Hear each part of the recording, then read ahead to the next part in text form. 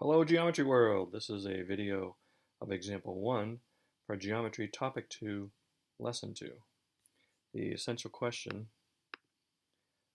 what angle relationships can be used to prove that two lines intersected by a transversal are parallel? The new vocab we're going to have is a flow proof.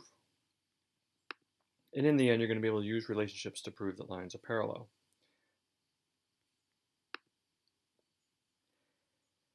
First example.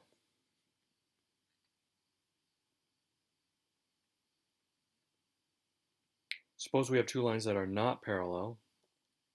Could the corresponding angles still be congruent? So we have lines T and M that are not parallel, obviously because they cross right here.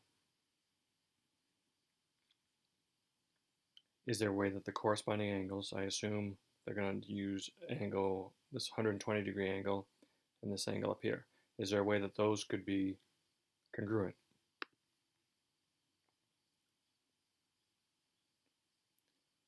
Transversal S intersects line T and M, so we have this, and we have three angles. We have angle 1, 2, and 3. They've thrown in to help us out.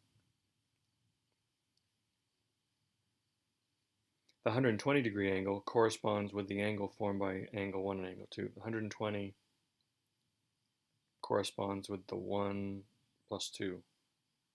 Okay? Now this says since L is parallel to M, you might say L's not parallel to M. Yes, they've thrown in this line and said that those two are parallel.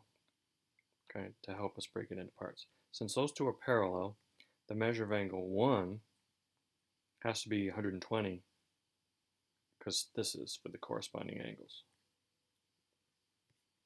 Then, if angle 1 is 120,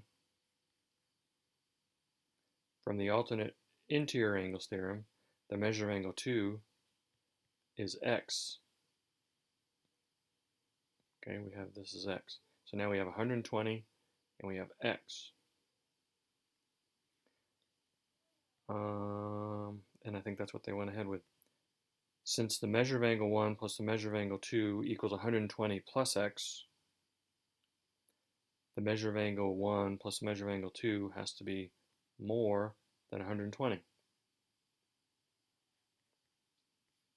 because of the x. There's a little piece there. So measure 1 plus measure of angle 2 has to be more than 120. If the two lines are not parallel, then the corresponding angles are not congruent because it's going to be more than 120. They're not congruent. It has to be more than 120.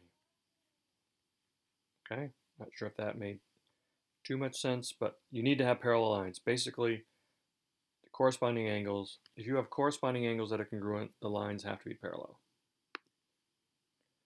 Could angle 3 be supplementary to a 120 degree angle?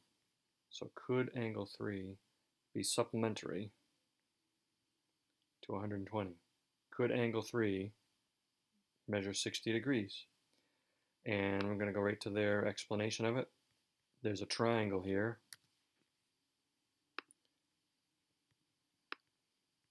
So that's one way.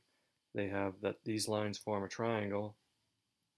There's no way that 120 plus 60 plus x is going to be 180 because x has to equal something.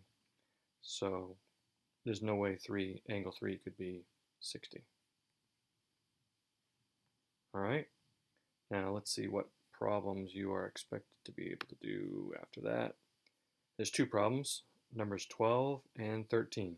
That's it for this video. Have a good day.